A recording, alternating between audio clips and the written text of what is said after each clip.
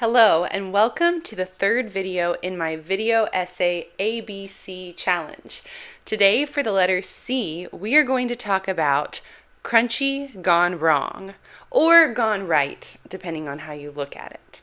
So if you can't tell from looking at me, I'm pretty crunchy myself. This is a shirt I wear on a regular basis. I realized, without even thinking about it, I set up a cottage core thing here. We've got the sunflowers from my local farmer's market. It's a whole thing.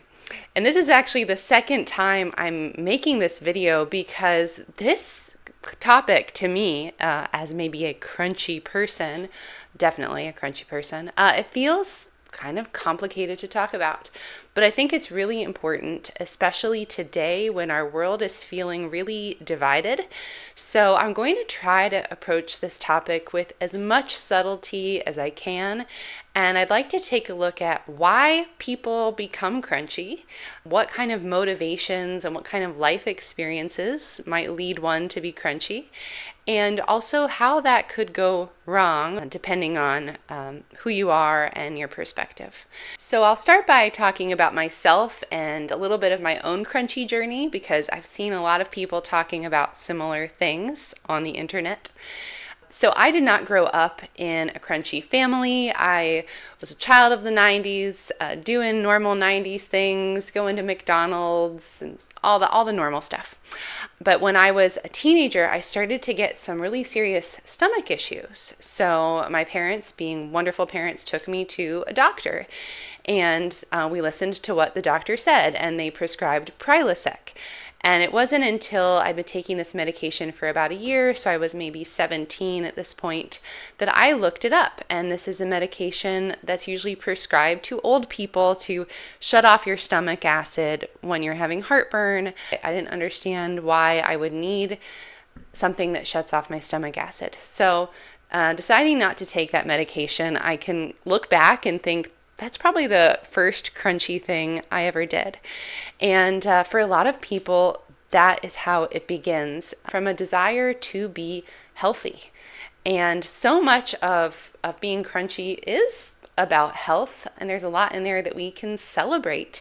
But also there is a lot that can feel very overwhelming when you start to look around you and realize that things that you thought were okay or healthy no longer seem that way. Something I've noticed that I think a lot of people are noticing right now is that crunchy people tend to be on two ends of a spectrum.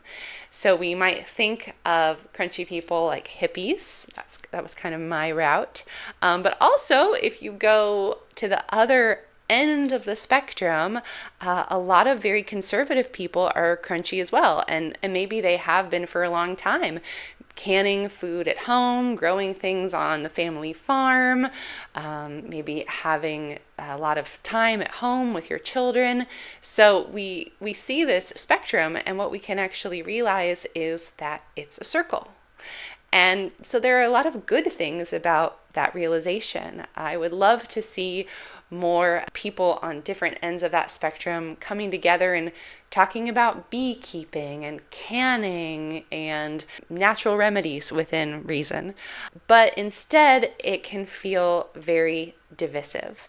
And then, of course, the whole gesture of being crunchy in our society is that you're not accepting the norm. So you're saying what is accepted as normal, as healthy. I do not accept that. And I feel like that can be hard even just in my everyday life, especially now that I have a child, saying we don't want this, we don't want that. And it can be easy to look at crunchy people and think that they're a little nuts. But actually, so many things about our world are kind of mind-boggling. And when you step back and start to look at things and question things, it can be really overwhelming. Like when you realize that all the house cleaners and candles that you're using to try to improve your home, so many of those have endocrine disruptors and toxic chemicals that are really bad for you. And that the plastics that we use are not only getting into our water, but literally into the air that we breathe around us. And that the food we eat not only has pesticides, but Also, the soil is often of such a poor quality that food doesn't even have the same nutrients that it could or should.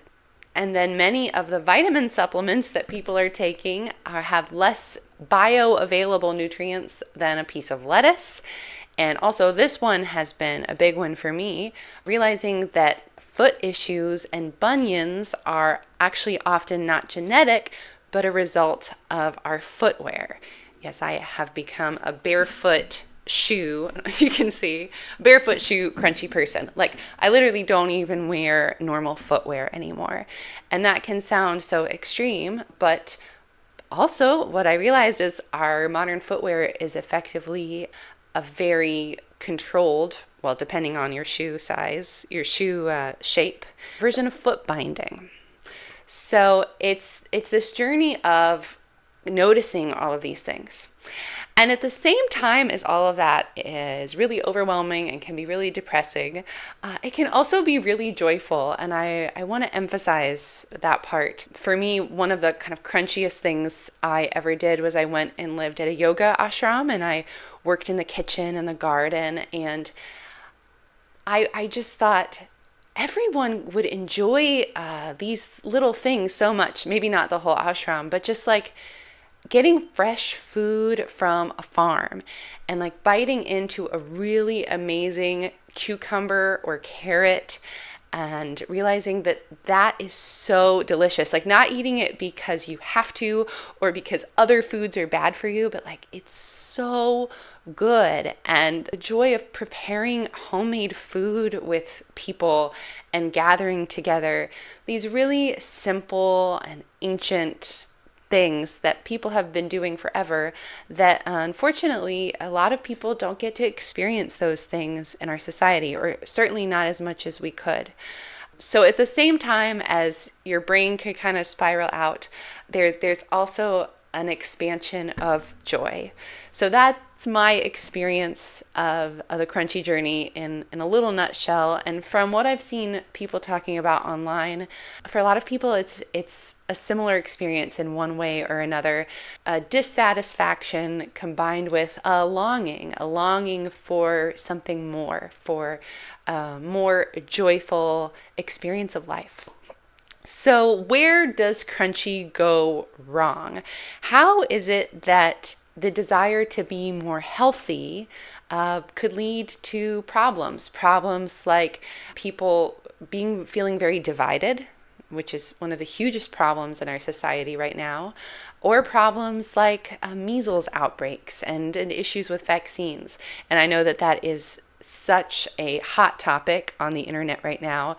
So please know I'm not here to blame any individual people for these issues, but let's take a look at how crunchy issues come to be. The three categories that I'm going to talk about today are: where does our information come from? What are our motivations?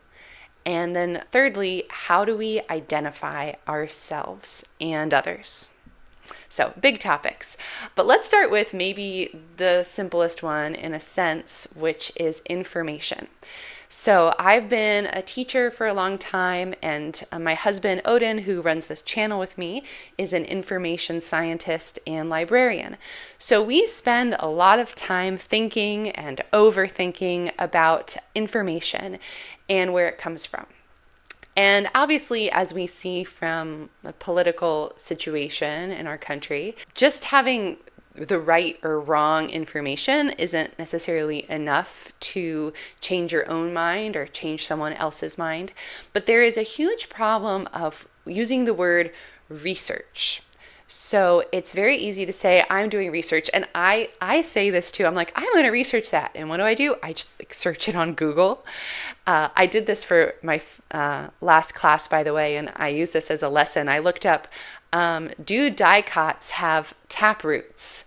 And I got the wrong answer from the internet. And I said the wrong thing out loud to my students. And then we came back to it the next day, and I was like, wow, I looked that up on the internet and I got the wrong answer. And we talked about what that meant. Of course, we don't always have time to do very deep research, but we do need to look at where information comes from. For example, we can look at actual research studies. And if you're looking at a research study, there are a few things to look for. So one is who is funding the research. So this is often an issue with the for-profit healthcare system in America, is that you can literally have a conflict of interest in who is making money and how the research makes them money. And you can get wrong information that way. Something positive you can look for is if information is peer reviewed. If other experts have given it the thumbs up, then that makes it a stronger piece of research. And then also you need to look at what kind of study was done.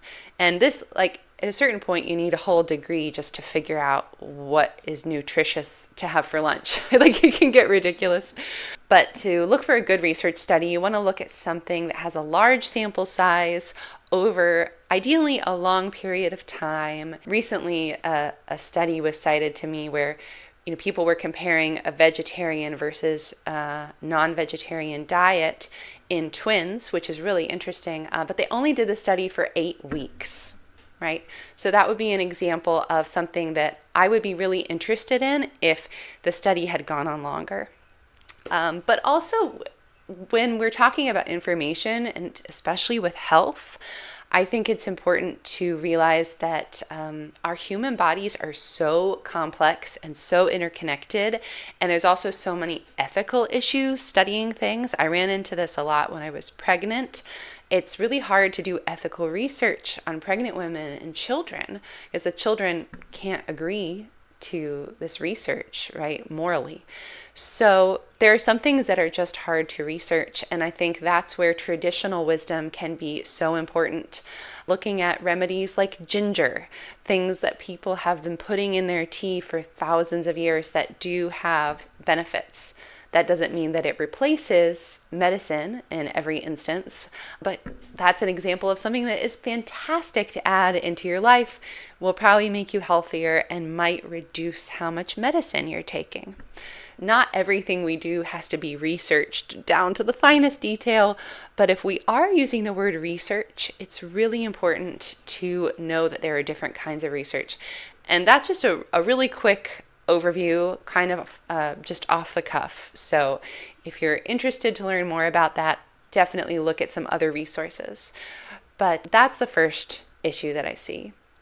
And then where are motivations coming from? So at the same time as becoming crunchy, we want to be healthier, we want to enjoy life more, we can also become afraid. And I have definitely run into this just like everyone else, especially when I'm making, decisions for my son. I'm trying to question myself. Am I being too, fearful of the different toxins and things that I might be exposing him to? Whereas it's a little easier for myself. I'm like, I already have a lot of microplastics in my body. And these days it's inevitable that we will. But it's very easy for us to not only overthink things, but to become really afraid. And when we're afraid, we don't make such logical choices as we might when we're making decisions. This will sound corny, but from a place of love. So am I making this decision simply because I love my son, or because I'm fearful that something might happen to him? And that is such a subtle shift, but I think that it's really important, and it leads into my third category, which is how we identify ourselves. So I think when we're afraid, it's very easy to have an us versus them mindset. And this is when people can really get into conspiracy theories as well. There are very rich and powerful people in our society who their interests often conflict with the interests of the people. But what they actually benefit from more than anything is divisiveness, right? Having people be divided, because when we work together, we might have more local economy. We might be more united in our local efforts versus, the major corporations and the politicians that are connected to them. benefit from us not working together. So when we get into that fear-based thinking, I see so many people really jumping and judging and labeling. And this was really on my mind this morning because I finally joined my local Crunchy Mom group. I'd like to find some other parents who are not doing screen time with their kids. And but those comment sections are just very loaded, especially about vaccines. That seemed to be the biggest topic. And that's even just within the Crunchy Facebook group. So I think when we start identifying using these words like crunchy, it's really important to not start othering people, because that way lies the dark side in the words of Star Wars, right? That's what the current administration really benefits off of, is labeling people as the problem. And so hopefully through all of my rambling today, I'm hoping that is a big takeaway from my words, because that's something I've been thinking about a lot, is not looking at the problems around us and blaming our neighbors and blaming individual people who have come down a path to a different place than we are on that path. And I think instead, if we look at our motivations, at what we want, that's why it's a circle. That's why we kind of come around to the same place. We want to be healthy. We want to be happy. And we can all fall into the human traps of being afraid of judging others, instead of remembering that we are really in this together. And so for my final takeaway, I want to return to that initial motivation of being crunchy, which is to find more joy in life. And this is something that I hope comes across in my everyday life. I make a lot of sourdough bread, and people will say, wow, that's so amazing. I could never do that. And I'm like, yes, you could. It's actually really easy. I'd like to make a video about that. Let me know if you're interested. It's actually not that hard. And it's so much fun. And I think I could say those exact words about so many crunchy things. It's not hard, it's fun, and it's an opportunity for us to connect. Because when we're making things from scratch, when we're doing things a little more naturally, those are opportunities for us to gather, to work together. We can come together and share food, share things that we've made by hand. And so as you're coming away from this topic today, I encourage you to find a simple little crunchy joy in your day. Maybe just making a little salad and putting some fun ingredients on top, going outside for a barefoot walk, whatever you're feeling like doing, and just enjoying it. And then maybe when you're talking to someone later today, just talk about it. And encourage us to just share these simple human joys that can bring us together in a time where we need it perhaps more than ever. All right, I'll get off my soapbox now. Thank you so much for listening to my video today about crunchy gone wrong or right. And I hope that you'll stick around and subscribe to our channel, The Unenlightened Generalists. And in the description below, you can find the link for my whole video series. I'm going to be talking about a lot of topics that are very relevant in our world today, how they connect to our lives, and maybe some simple solutions that we can find together. Thank you so much. Bye.